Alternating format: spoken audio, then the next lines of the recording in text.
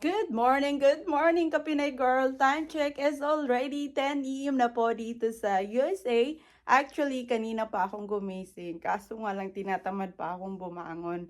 Siguro napagod kami kapon sa kakablog dun sa nature waterfalls. And now, lalabas tayo ng kwarto. Napakaliwanag na pala dito sa labas, guys. Ang ganda mag-road trip dahil maganda ang araw. Minsan kasi umuulan dito. And yung husband ko, nasa work na po siya dahil Monday today. So, yes, may work na po siya. At ako naman sa susunod na araw ay may trabaho na din. 1 week lang po yung bakasyon ko kasi babalik na yung boss ko. So, yung 1 week na yun ay straight po ang pagbablog namin sa nature kasi minsan lang kami magkaroon ng oras. Yun, kaya saya sa buhay kapag walang work at magbablog ka lang pala. So, na-enjoy nyo together ang isa't isa. So, dito tayo sa kusina. Nagluluto na pala ako dito ng breakfast ko. Ito po yung breakfast ko. Mag-egg lang muna ako, guys, kasi mas mabilis lutuin. Oh, yeah. Tsaka, pansit canton. Yeah, tinatamad akong magluto. Ito kasi mas mabilis. So, ito lang muna ang breakfast ni Pinay Girl.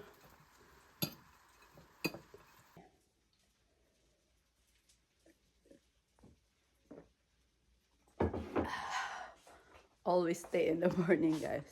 Yung mga vlog ko actually, hindi lang naman it's all about nature. Mix po yung mga bina-vlog ko and it's all about Washington and what things to do in here. So yun po ang bina-vlog ko, ang buhay ko dito bilang may asawa na American. So ano ang work ko bilang nandito na sa USA.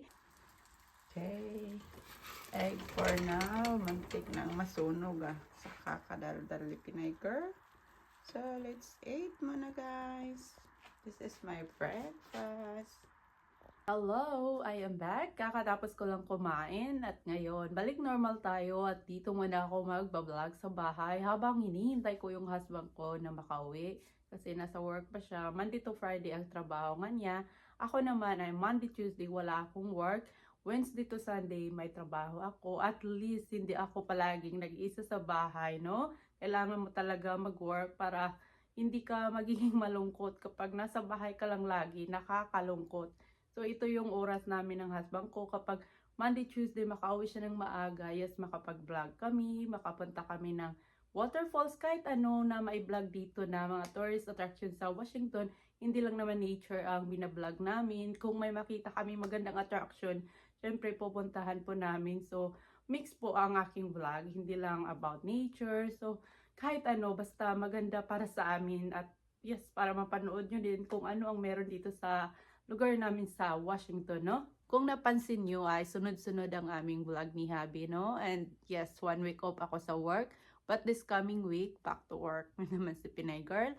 Pero binabudget pa rin namin ang oras namin sa pagbablog at sa trabaho. Siyempre, priority namin ang trabaho. Kung pwede lang mag full-time vlogger kami ni Habi, pero meron pa kami mas priority talaga, guys. Yung iba, hindi ako nila naiintindihan. Binabash agad ako nila kapag nasa bahay lang ako magbablog at nagdaldal-daldalan at binabanggit ko yung sister ko, magagalit agad sila. Ginawa namin ang best pa rin namin na makapag-vlog kami sa mga lugar dito na mga magagandang attraction. Minsan may mga araw na complicated, hindi kami makapag-vlog kasi nga like what I said, may work kami ni Habi. So, ito ang ginagawa ko. Gusto ko pa rin maging active dito sa YouTube channel kahit hindi ba kayo makapunta. At least, ito pa rin tayo. Nagkikita-kita kahit sa bahay lang ako nagpa-vlog. So, for me, okay lang naman mag-vlog sa bahay kasi nga malungkot ang buhay. Kagaya ngayon, ako lang mag-isa, guys. So, wala akong kausap, kundi sarili ko lang. Nito talaga ang buhay kapag nakapangasawa ka ng American at nandito ka na sa lugar nila, no? So, yes, malungkot minsan kung pipiliin mong hindi magtrabaho, lalo na nandito ka sa bahay. Ako, mas pipiliin ko na lang magtrabaho kasi ayoko nagdedepende ako sa pag-vlog kasi hindi naman consistent ang pag-vlog, no? Kung para sa akin is gusto ko lang piliin magtrabaho kaysa sa pag-vlog. Kasi itong pag-vlog ko, hindi ako umaasa sa kita at ginagawa ko na lang ito habit sa buhay ko para hindi ako maging malungkot at hindi ko iniisip na magbo-vlog ako, kailangan talaga ako ng pera. Depende po yun sa inyo kung yun po talaga ang goal mo na kikita dito sa YouTube channel. At ako, hindi po kasi may trabaho ako. Yeah, guys. Honey, Honey! I'm home. Nandito na po yung husband ko, guys. Oh, you get out early? Yep, I'm out early. Yeah, oh my God. I'm My so boss happy. wasn't feeling good. Your boss is not feeling good? Yep, exactly. And we don't want to start doing something without finishing it. So, I'm going to start tomorrow with turning water on. Okay. Yan, nandito na po yung husband ko, guys. Kasi nga, pinauwi na sila ng maaga. So, hindi mo na kami magbablog today kasi pupunta siya sa shop at makikita daw sila ng kaibigan niya. Bukas siguro, Tuesday, wala man ako pasok bukas. So, baka magbablog kami. Hindi ko maka-out po yung husband ko ng maaga. Kasi yung mga content namin na binavlogs ay iba't iba, no? Dito sa YouTube channel, pwede ka naman mag-upload na kahit ano, hindi naman namimili si YouTube. As long as hindi malaswa yung video mo, nagbibigay ka ng inspiration sa mga tao. Ako, more exciting part sa buhay ko yung pupunta kami ng magagandang attraction at may madiscover pa kaming lugar na hindi pa namin napuntahan dito sa Washington. Kaya yung goal ko sa buhay ay yung alamin kung anong magagawa at meron dito sa Washington, no, na pwedeng gawin at mapuntahan. Kaya yes, yun ang goal namin ng husband ko. Sobrang happy ako na may mga waterfalls na po kaming napuntahan. Basta more waterfalls pa po ang aking iba-vlog. Kasi ang goal nga namin ay lilibutin po namin ang mga waterfalls dito sa Washington, kung alin ang pinakamaganda, mas maganda, alin ang pinaka-popular, kasi nga ang daming waterfalls po dito sa amin, guys. Kaya yes, excited ako at makapag-hike kami together. Pero kapag nasa bahay lang ako, yes, makapag-relax muna, then sa susunod na araw or kagaya next week ay makapag-vlog ulit. Po ang aking may pabahagi, ang aking mga vlogs na aabangan nyo ang mga lugar na madidiscover namin, no? Baka soon, travel vlog kami ni Habi. Ang dami naming plano, no? Kapag malibot na namin dito sa Washington, ay magta-travel vlog kami or pupunta kami other state.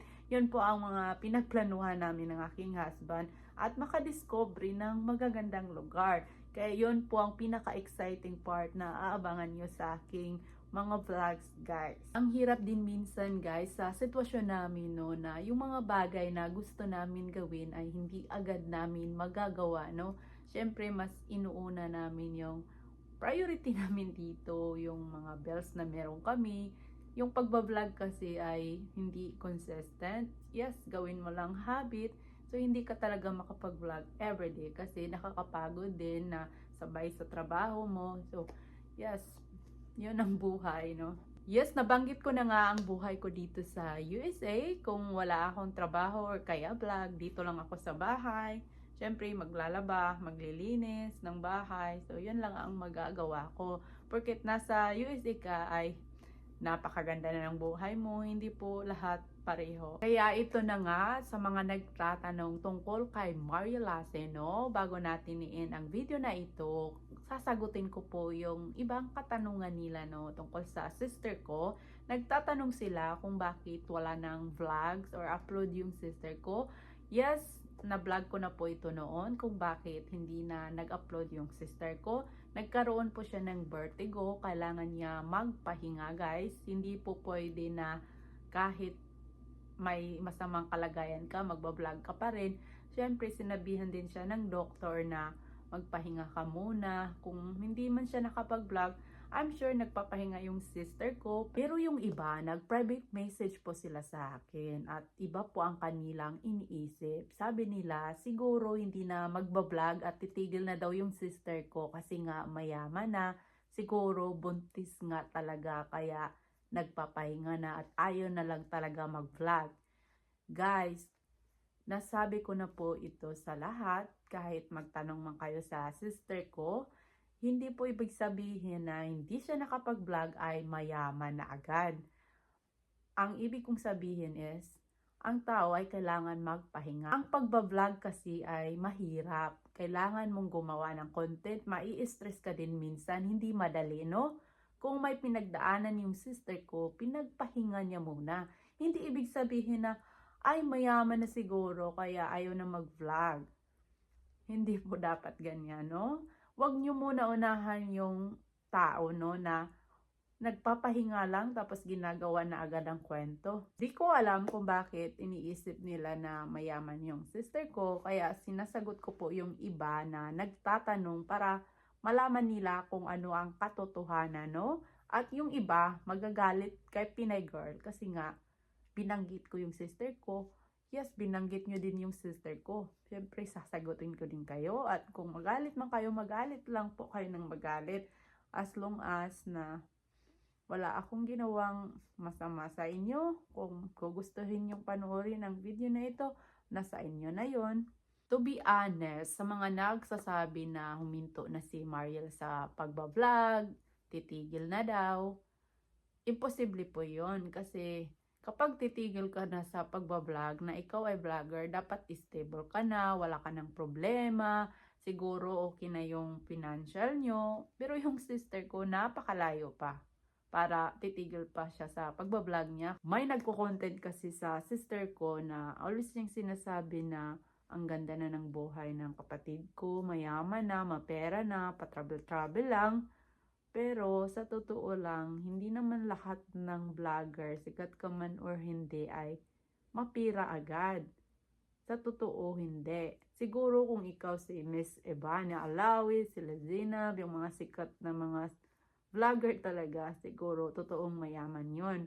Pero yung sister ko ay, kung mayaman man yun, ay hindi na yun magbablog. Siguro mag-enjoy na lang sa buhay. Dami din yung responsibility. Ako dito sa YouTube channel na syempre nag-uumpisa pa lang, hindi naman as in kumikita talaga ng malaki ako. Yes, ini-enjoy ko lang, so don't mind the earnings dito. Kung anong meron lang, yes, okay lang sa akin as long as nag-enjoy ako dito sa aking ginagawa. Yung sister ko is, yes, natupad yung pangarap niya sa buhay. Meron na siyang bahay. Kung may pera man siya, sila lang ang nakakaalam. Wala po tayong alam kasi kahit may pera naman yung kapatid ko, hindi naman yung pinagsasabi, yes, maganda ng buhay ko, may pera na ako. Super humble lang yun at wala kang maririnig kung ano man ang narating niya. Yes, tao na lang ang nagsasabi sa kanya na, wow, grabe, yung sister mo may bahay na. Yes, kasi nakikita naman nila sa vlogs ng sister ko. Actually guys, si Maria Lassen, isa sa nagsabi na wala daw ganap. Meaning, yung ibang mga vloggers ay meron mga promotion, endorsement, kahit ano ay meron sila. Ako na ang magsabi nito, no? May mga kumukuhang endorsement kay Maria Lassen. Hanggang ngayon ay hindi niya po tinatanggap. May mga nag-offer na i-promote ito. Nasa kanya po yun. At desisyon niya na ayaw niyang tanggapin. Kasi ayaw niya po talaga mag-promote. Alam niyo ba kung bakit ayaw niyang tanggapin yung ibang mga endorsement na offer kahit bayaran man siya? Isa sa mga rason niya ay wala po siyang oras sa pag-promote ng mga product kasi nga sa pagbablog pa lang ay super busy na siya at may pamilya din siya na kailangan niyang atupagin. Siguro gusto niya lang na peaceful ang buhay niya kasama ang kanyang pamilya. Kasi kapag ikaw ay endorsement na, kailangan mo ng atensyon ng mga followers, mga tao na bibili sa'yo. Siyempre, mag-a-idolize at sisikat ka lalo.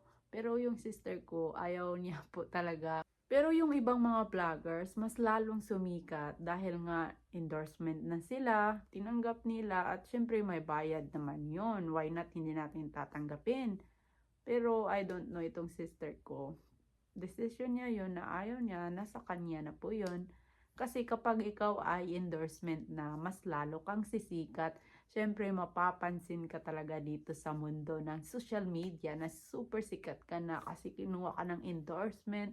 Yung ibang vlogger nga na kinuha lang, grabe na ang tingin nila sa sarili, no? Endorsement na sila. Siguro, iba talaga ang tao, no? Kasi nga itong sister ko, sinasabi niya, kung sisikat man daw siya, ay hindi daw nang dahil ginawan siyang endorsement. Gusto niya daw sumikat sa sarili niya. Kagayang pagbablog, yun, sumikat siya sa kanyang pagiging vlogger. Yun po ang kanyang rason na pinaghirapan niya daw talaga na ito ang naging dahilan ang kanyang pagsikat. Meron din yung mga collabs, no? Collaboration, influencer to influencer. Yes, narinig ko na po yan. Pero, I don't know talaga. Siguro, ayaw lang talaga ng sister ko na mas lalo siyang sumikat. Siguro, nagpakatotoo lang siya sa sarili niya na, yes, ito lang ang kanyang buhay. Simple lang, ganun. Maganda kasi makig-collab kasi mas lalo kang makikilala ng mga tao, kagaya ng mga ginagawa ng ibang vlogger, no? Mas lalo silang sumisikat. Pero itong si Maria Lassen, iba talaga ang kanyang mundo. Ayaw na siguro ng attention ng mga tao. Gusto niya lang panoorin yung buhay niya sa pagbablog. So, ganun ang kanyang reality ng buhay, no? Sinasabi ko nga sa sister ko na ibigay niya na lang sa akin para dito sila sa akin magbayad, no? Naalala ko one time may nagkuha pala sa akin, no? Na i-promote ko daw yung product, pero ayoko kasi nga libre lang pala yun, walang bayad. Bibigyan ka lang pala ng product na ipopromote mo, katulad mga nagme-message sa akin, no? Meron ding mga gustong makipag-collab, pero wala palang bayad yung iba kasi nga product lang ang mabigay sa'yo. Pero ayoko din kasi sobrang busy ko sa buhay. Kung yung mga collab na yun, hayaan na lang. Sa iba na lang yun, mga sikat talaga. Kasi malaki ang bayad. Sa atin na hindi tayo sikat, baka libre lang. Rest po muna tayo. Sakit ang likod ko.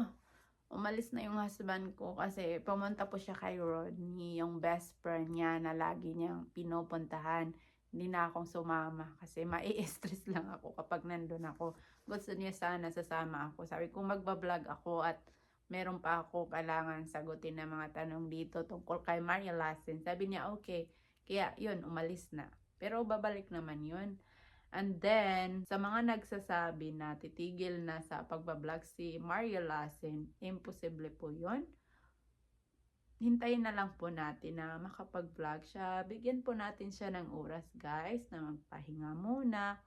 Yes, alam ko po na concern lang po kayo sa sister ko kasi nga nag-idolize kayo kay Maria Lassen. Yes.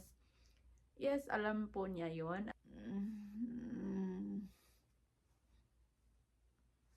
Parang gusto ko nang matulog, no? Kasi nga around 2 or 3 p.m. ang sarap matulog pag ganitong oras, no?